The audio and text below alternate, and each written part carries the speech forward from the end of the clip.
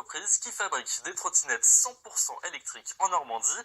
Elles sont désormais en vente au Havre. La voilà. Elle est magnifique. Tout y est. Pour Delphine Duménil, c'est le jour du grand changement. Elle a vendu sa voiture pour passer à la trottinette électrique. Ça va être génial, c'est stable, c'est confortable. On peut y mettre des accessoires. Moi, j'ai même prévu d'y mettre un petit chariot pour faire des courses à l'hydro-drive. Vendue au Havre entre 2500 et 4000 euros, la Trotlux est un produit 100% normand. La production a démarré en septembre dernier.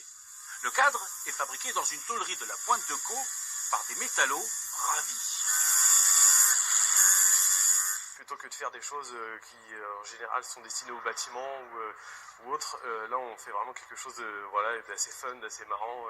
C'est vraiment intéressant de travailler sur ces trottinettes. Frédéric Tran est le concepteur de cette trottinette. Avec son associé, il mise et communique sur le fabriqué en France. On n'est pas du tout sur les mêmes coûts que sur les produits d'importation, mais on n'est absolument pas sur la même qualité. Ce que vous avez ici, je pense que vous aurez du mal à le trouver en termes de qualité sur des produits d'importation.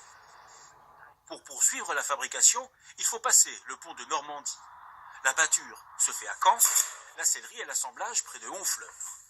La Trotlux est propulsée à 25 km/h grâce à un moteur électrique et de larges roues. Un design à l'américaine.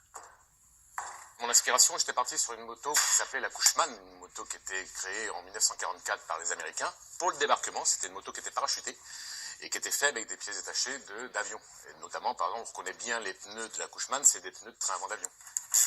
Il a fallu ensuite trouver et convaincre des associés régionaux. Lisa Tesson était la première à dire banco. J'ai cru en son projet, je me suis formée à la sellerie avec quelqu'un qui fait de la sellerie moto au Havre et avec la chambre des métiers. Et j'ai acheté la machine et voilà, c'est parti. Donc non, j'y crois.